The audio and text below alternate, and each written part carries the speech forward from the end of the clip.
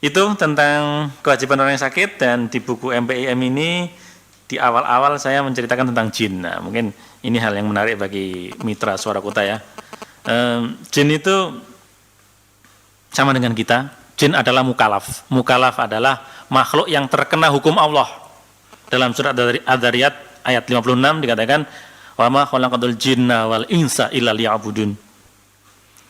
Aku, Allah, tidak akan menciptakan jin dan manusia kecuali untuk mengabdi dan beribadah padaku. Jadi kalau ada jin, ini mungkin ada jin yang mendengar juga ya. Jin dan manusia yang tidak menyembah Allah, tidak menyembah Tuhannya, maka dia tidak paham untuk apa diciptakan. Kita diciptakan ini hanya untuk berbakti kepada Allah. Kalau kita lupa, harus segera ingat. Kita harus punya sinyal, punya alertment untuk, saatnya kita harus diingat. Ya sakit tadi itu, sakit ini penting bagi kita.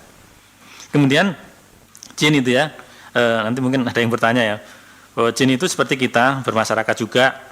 Tingginya jin itu sekitar 3-6 jengkal, pendek, aslinya itu ya, dan dia berbulu, telinganya seperti telinga kuda, kemudian matanya itu bukan horizontal tapi vertikal, bertaring. Saya mendapat informasi dari buku Dialog dengan Jin Muslim, karya Muhammad Isya Daud itu ya.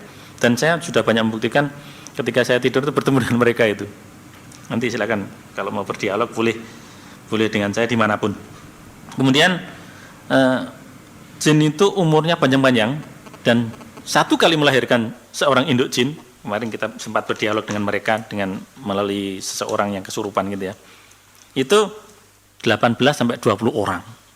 Sehingga sekarang ini kan manusia jumlahnya 7 miliar ya. Kemarin pada bulan tanggal berapa itu diumumkan di koran, 7 miliar jumlahnya. Berapa jumlahnya jin? Mungkin sudah triliunan. Sangat banyak, dan tidak ada satu tempat pun di dunia ini yang tidak ditempati oleh mereka. Sehingga kadang-kadang mereka suka dengan jasad manusia, dengan tubuh manusia itu senang. Makanya kalau sekarang ini mau jadi dukun, gampang sekali. Silahkan aja puasa mutih, tapi jangan. Yang boleh puasa putih, bukan puasa mutih. Puasa putih itu puasa tanggal 13, 14, 15 setiap bulan. Itu puasa putih. Kalau puasa mutih yang nggak minum apa-apa tuh, yang nggak boleh minum makan yang berasa asin, itu dilarang. Rasulullah tidak menganjurkan. Nah, jin juga berkewajiban menyembah Allah seperti yang saya bilang tadi, dan dia kalau ada orang yang sakit, dia itu bisa masuk ke aliran darah kita. Oleh karena itu, ketika ada jin yang masih menyakiti seseorang, berarti dia masih belum paham.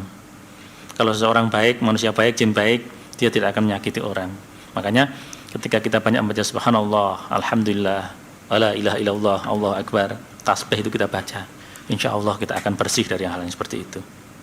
Nah, di buku MPIM juga saya ceritakan santet bekerjanya seperti apa dan bagaimana cara menangkalnya. Insya Allah dibahas banyak.